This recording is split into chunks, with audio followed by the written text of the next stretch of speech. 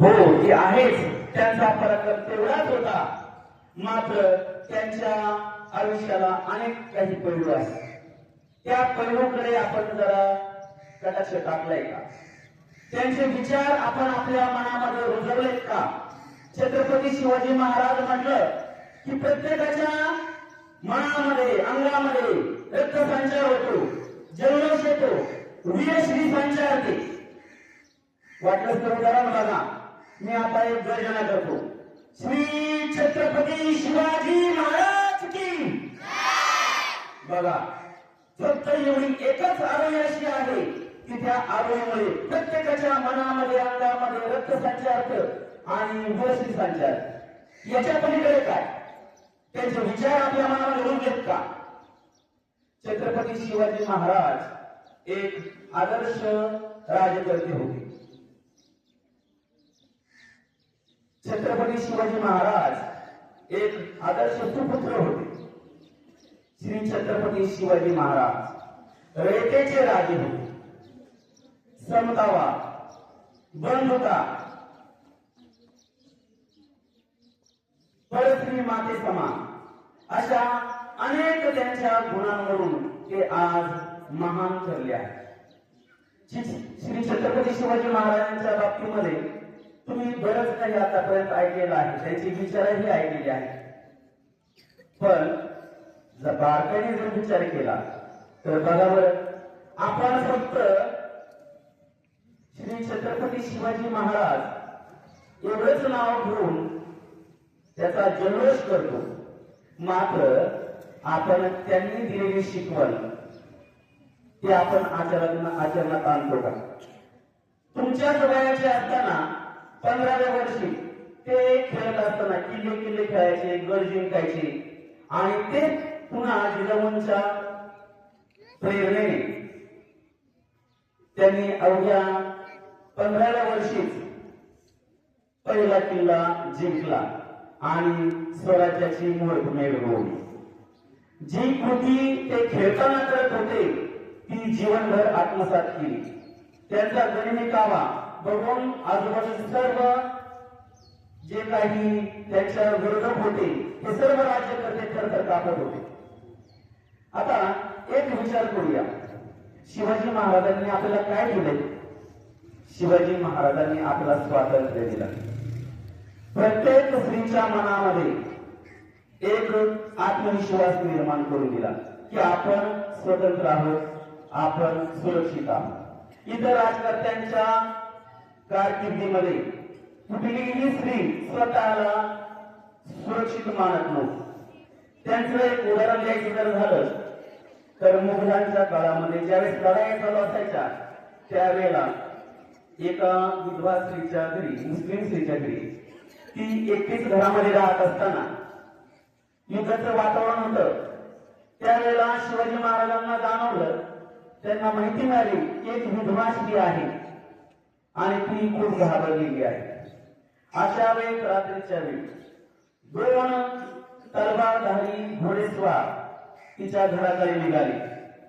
तिने त्यांना बघितलं, अंगावरती काटा आला आणि असुरक्षितता वाटू लागली. जेव्हा ते घोडेस्वार त्या ठिकाणी घराजवळ आले, खिडकीतून त्या स्त्रीने त्यांच्याकडे बघितलं, त्यांच्या कपाळावरील पिळा बघितला आणि ती देवाचे आभार मानू लागली. सकाळी उठल्यानंतर जेव्हा तिच्या मुलाने तिला विचारलं की आई तू एवढी घाबरली आणि त्यानंतर एकदम शांत आणि अशी अगदी रिलॅक्स का झाली, त्यावेळेला तिने उत्तर दिलं, बाळा ते शिवबाईचे सैनिक होते. इतका आत्मविश्वास स्त्रीच्या मनामध्ये निर्माण केला. त्याचं एक उदाहरण द्यायचं झालं तर आबाजी सोनदेव यांनी कल्याणवरती हमला केला आणि कल्याणच्या सुभेदाराची सून त्यांनी आपल्या सोबत घेऊन आली.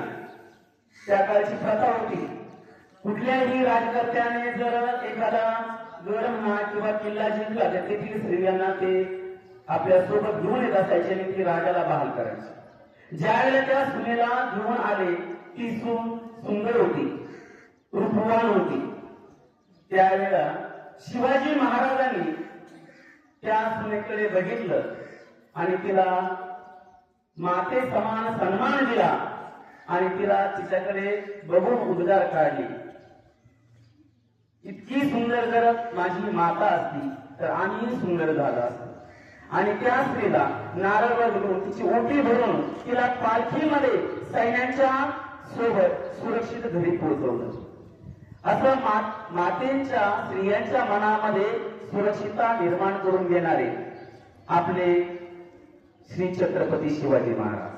त्यांनी विद्यार्थ्यांच्या बाबतीमध्ये म्हणजे थोडक्यात तुमच्या वयाच्या मुलांच्या बाबतीमध्ये कोणता एक धडा आपण घ्यावा असं उदाहरण आहे. जेव्हा त्यांचे वडील त्यांच्या सोबत नसताना त्यांचा पूर्ण सांभाळ त्यांच्या मातोश्रीने केला. त्यावेळेला दादोजी कोंडदेव हे त्यांचे गुरु होते. त्या गुरूंचं प्रत्येक वागण्याकडे त्यांच्या सर्वांगीण विकासाकडे दादोजी कोंडदेवांचं लक्ष होतं.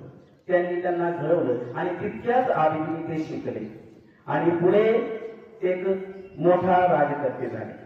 विद्यार्थी मित्रांनो, शिवाजी महाराज फक्त आपल्या मनामध्ये गर्जना करण्यापुरते नसावे, त्यांनी केलेले जे काही कर्तव्य आहे ते आपण पार पाडणं, तुमच्या वयामध्ये तुम्ही तुमचं कर्तव्य पार पडणं.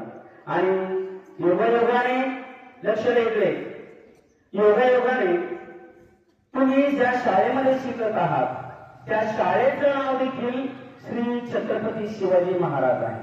तुम्ही शिवरायांचे मावळे आहात. तुम्ही काय केलं पाहिजे, त्यांचा आदर्श घेऊन आपल्या जीवनामध्ये शिवाजी महाराज उतरवले पाहिजे.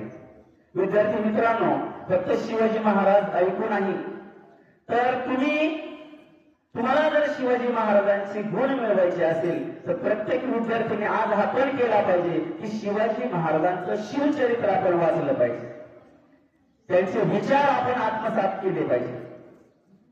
आणि आज आपण या ठिकाणी सर्व विद्यार्थी एक मनामध्ये अशा प्रकारचं आपण करूया की इथून पुढे शिवाजी महाराजांचं शिवचरित्र वाचून मी शिवरायांचे गुण आत्मसात करेन.